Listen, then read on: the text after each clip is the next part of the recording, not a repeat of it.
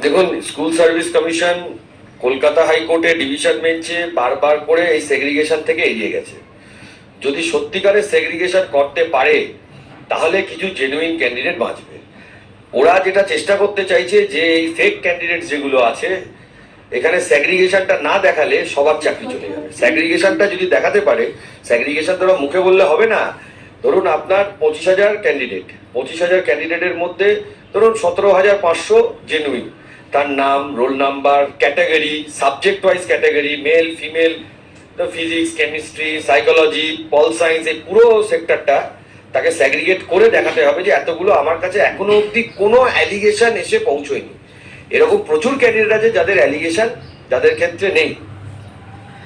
সেই ক্ষেত্রটা তাহলে কোর্ট চিন্তা ভাবনা করে দেখবে। এটাই মোদ্দা কথা। আমার জজ সাহেবকে আজকে জাস্টিস ডিওয়াই চন্দ্রচূড় চিফ জাস্টিসের কথাবার্তা শুনে বা আর্গুমেন্ট শুনে আমার